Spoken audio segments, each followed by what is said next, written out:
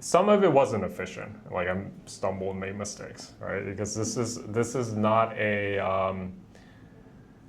it wasn't an easy road. Because like I don't think anyone was doing it when I got into it. Mm-hmm. People told me I was crazy.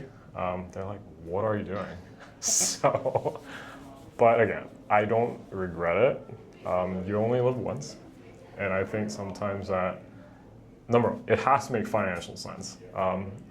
That's still debatable right now, but I think that if you combine the factors right and then think smart, there are ways to really realize some interesting things in our field. So it is, so again, I would do it all over again, just a little bit differently, more efficiently. I see. Yeah. So I've heard of also like dental degree and PhD programs combined. Do you have any opinions on that, or would you encourage that for someone interested in both? So I took the untraditional path of doing it like separately because I thought I'd be out of school by the age of 26. That didn't happen. So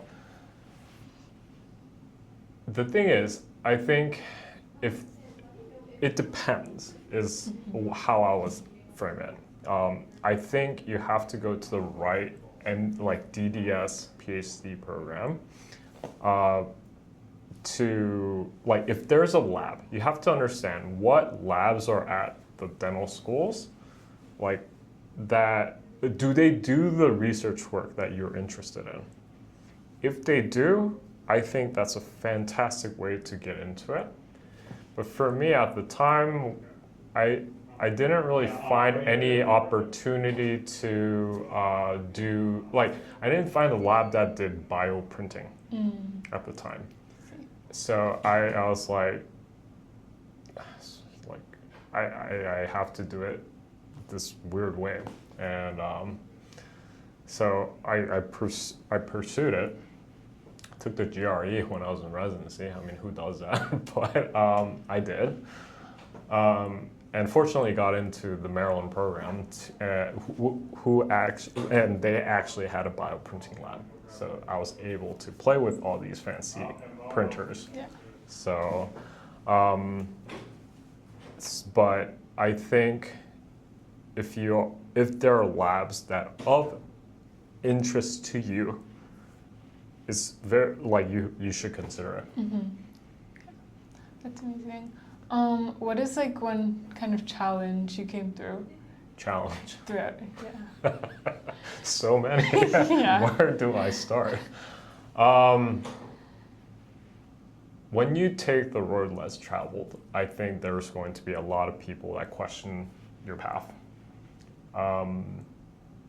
You have to drown out all the noise. I think that's the biggest challenge. It's like people will be like, why are you doing this when you have a comfortable occupation of being a dentist? But, I think I was not happy with what is being done if all man-made things are breaking. Like dentistry included, like not all, like most dental restorations fail eventually in your lifetime. So like if we swear the Hippocratic Oath, right? When you get to dental school, you're going to be like, I will do good for my patients the best I can, right? Like with the current limitations of dental restorations right now, are we actually doing the best for people?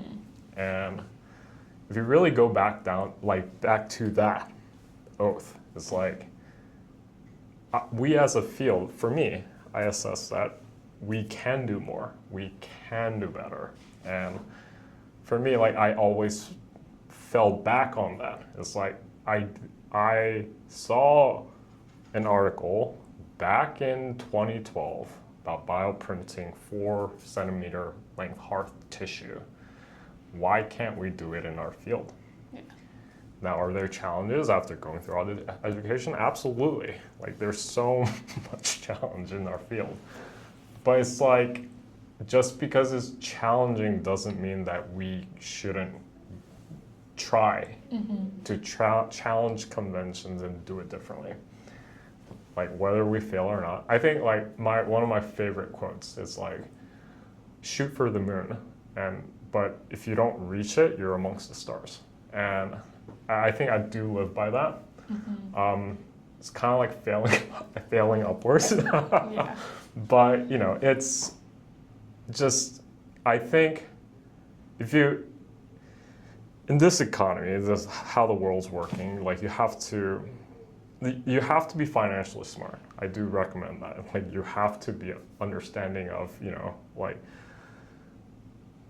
how you're going to secure a stable income, like income stream and all that. That's super important. But like if that is, you have a certain baseline of that, like for me it's like I wanted to do something where we can try to help innovate, get better as a field for the people of the world.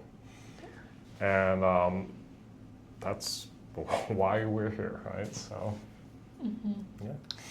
One last question to kind of wrap it up. Yeah.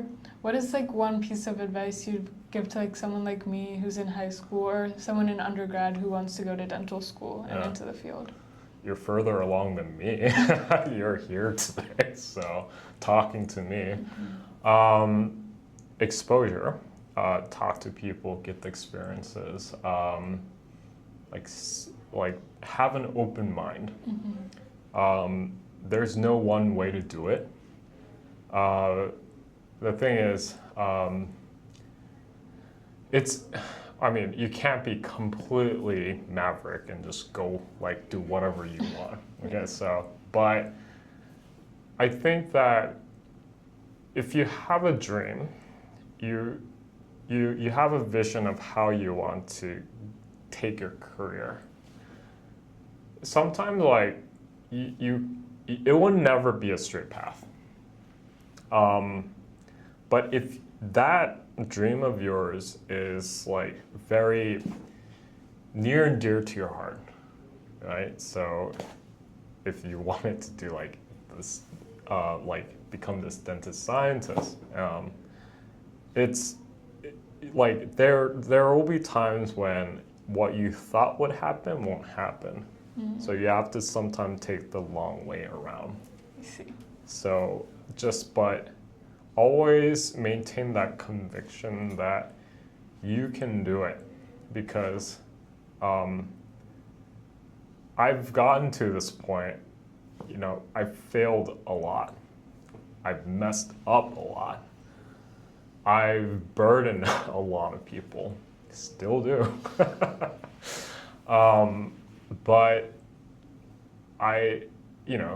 if it's become a rewarding experience where you're able to continue and see what you've done, like grow. So just hold true to yourself, explore, and just keep going. If this is really what you want to do, surround yourself with positive people, like-minded people who can support you and your vision, and it'll be a fun journey ahead. See. Yeah. Well, thank you for talking to us, sharing your experiences. Absolutely. Anytime. Anytime. Yeah. And make sure you all like, subscribe, share, and check out our channel for other videos like this. Yeah. And I guess until next time.